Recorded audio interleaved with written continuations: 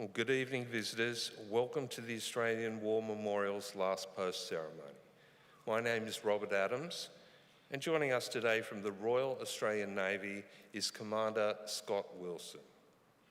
This evening, we warmly welcome Brigadier General Chan Ching Hao, Director of Joint Operations of the Singapore Armed Forces, and the accompanying delegation. Consul General Ri Atau M. Rao, Consulate General of Papua New Guinea, Brisbane office. The delegation representing the Royal Australian Naval College, HMAS Creswell, New Entry Officers, Goldsworthy Division, and Flight Lieutenant Richard Caesar Thwaites, retired, representing the Air Force Association. As always, we welcome the veterans who have served, those that are still serving, and the families that love and support them.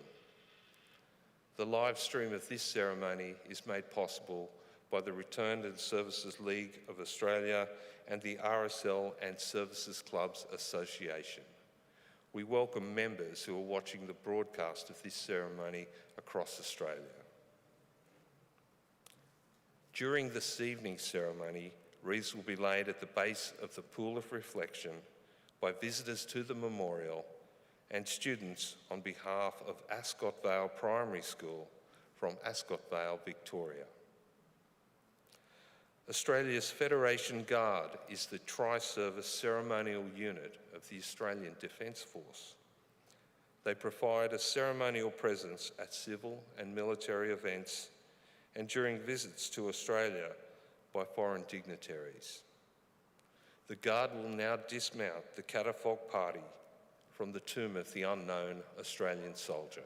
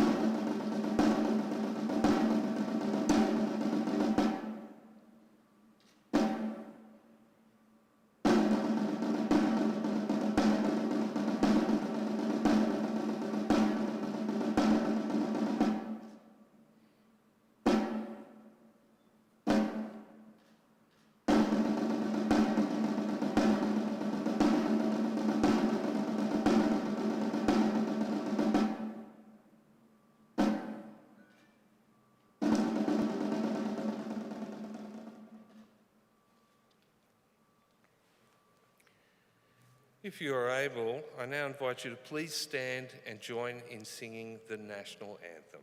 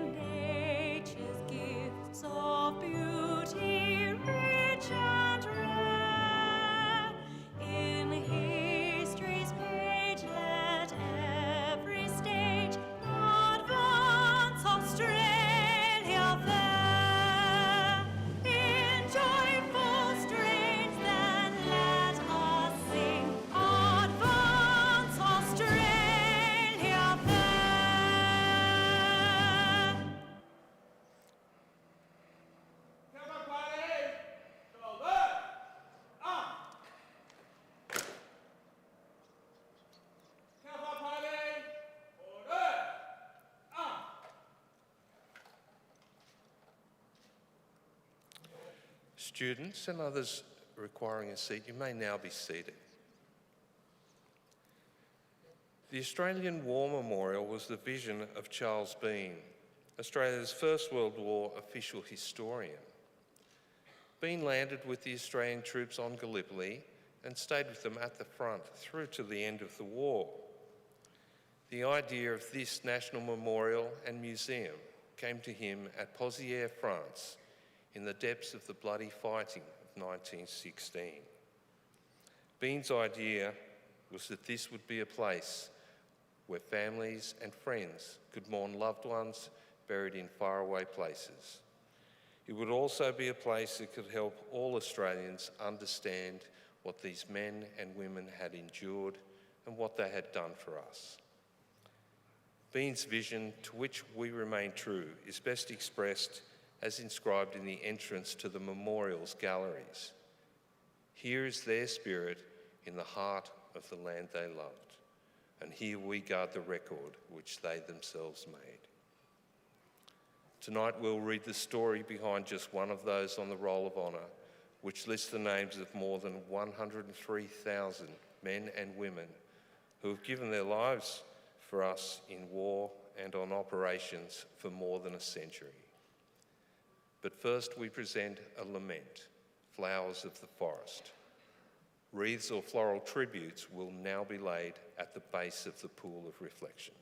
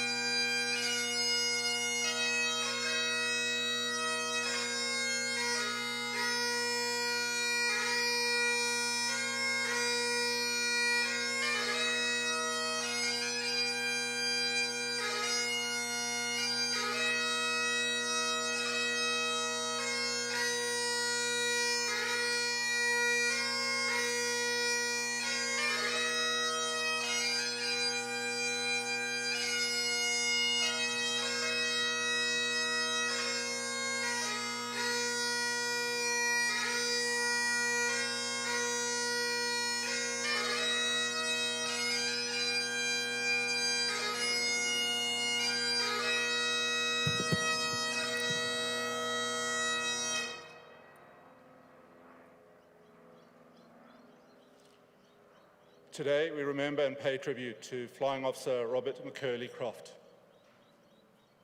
Robert Croft was born on the 16th of December 1916 at Evandale, Adelaide, to Margaret and William Croft. William had served with the 4th Imperial Bushmen in the South African or Boer War. Robert Croft worked as a gardener and a driver, and on the 1st of June 1940, enrolled in the Royal Australian Air Force Reserve, aged 23. The next month, he enlisted and began basic training. After that, he trained as an air gunner at Ballarat. On the 9th of April 1941, Croft embarked from Sydney to overseas service, arriving in England 4 months later. As part of the Empire Air Training Scheme, he is one of almost 27,000 Royal Australian Air Force pilots, navigators, wireless operators, air gunners, and flight engineers who joined Australian and British squadrons in Britain throughout the course of the war. After undergoing more training in England, Croft served in the Middle East with number 458 Squadron, Royal Australian Air Force, and in North Africa with number 108 Squadron of the Royal Air Force.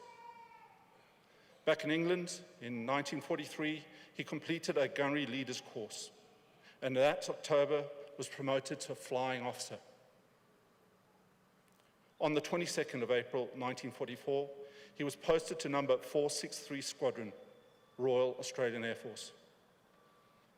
On the night of the 10th of May, 31 Lancasters, bombers from numbers 463 and 467 Squadrons, Royal Australian Air Force, took off as part of a major Royal Air Force raid from Waddington, England.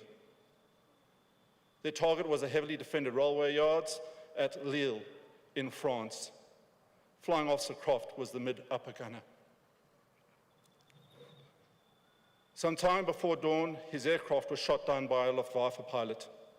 The bomber crashed into the clay pits of the brickworks just outside the Belgian village of Langemarck, some 30 kilometers northwest of Lille. It was later determined that the aircraft had probably exploded mid-air and all aboard had died instantly. 12 Lancasters were lost on the raid, and 50 airmen were recorded as casualties of that mission. Flying Officer Croft was 28 years old. He was remembered as a most popular officer, greatly missed. The villagers at Langemarck held a memorial service for the crew, and their remains were buried in a nearby cemetery. In 1946, their bodies were exhumed, and the body of Flying Officer Croft was identified. He was reinterred at the Welvergem Communal Cemetery in Belgium under the inscription, his duty nobly done. He was mourned by his parents, who placed in an in memoriam notice in the newspaper that read, "We have you in our memory. God has you in his care." Flying Officer Robert McKerlie Croft's name is listed on the Roll of Honour on my left among almost 40,000 Australians who died while serving in the Second World War. His photograph, alongside fellow RAF comrades, is displayed today by the Pool of Reflection. This is but one of many stories of service and sacrifice told here at the Australian War Memorial. We now remember Flying Officer Robert McKerlie Croft, who gave his life for us, our freedoms, and in the hope of a better world.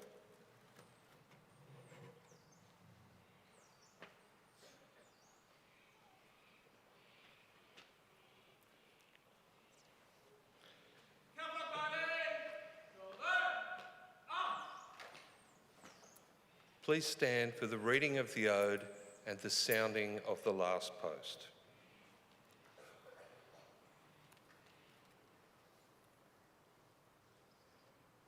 They shall not grow old, as we that are left grow old. Age shall not weary them, nor the years condemn. At the going down of the sun, and in the morning, we shall remember them. We will remember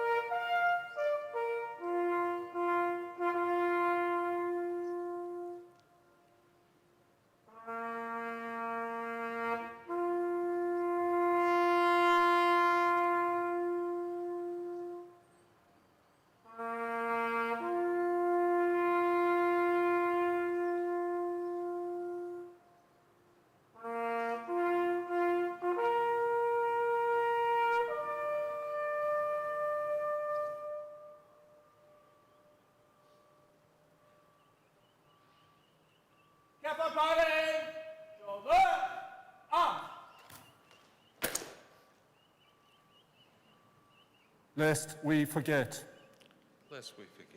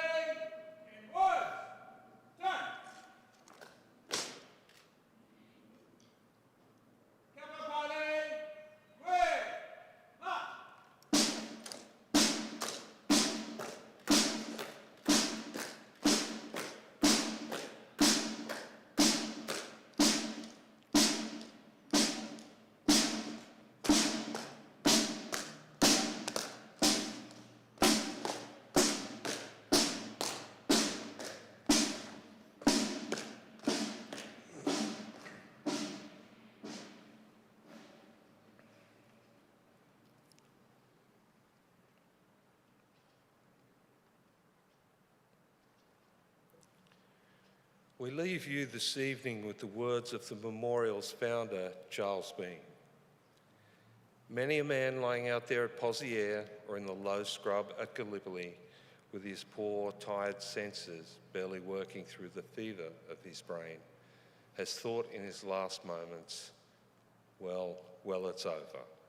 But in Australia, they will be proud of this. Ladies and gentlemen, girls and boys, that concludes the last post ceremony.